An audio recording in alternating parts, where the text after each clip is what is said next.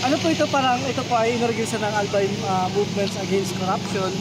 At ngayong gabi po ito ginawa, simboliko, no? Nagpapahayag na hawak ng bayan ang liwanag, no?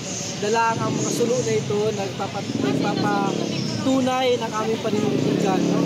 Ang babayang Bicolano ay naghahanap ng justisya sa gitna ng kadiliman na dinaranas ng ating bayan dahil sa isyu ng korupsyon, at hanggang ngayon wala pa rin napapanagot. So hinahanap natin ng mga mamayang Bicolano ang justisya. Hinahanap namin ang liwanag, no?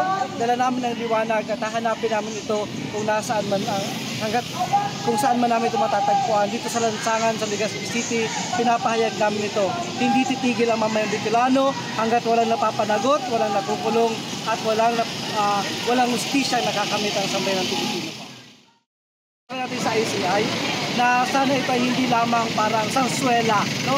Na kung saan puro salita pero wala naman itong nagagawa, kundi sana maging mas transparent at talaga accountability ang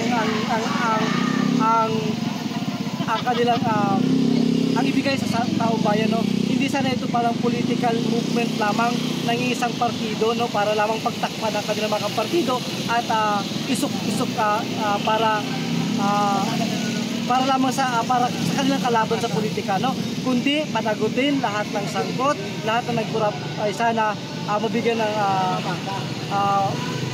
mapanagot, no? Lahat ng sangkot dapat managot, no?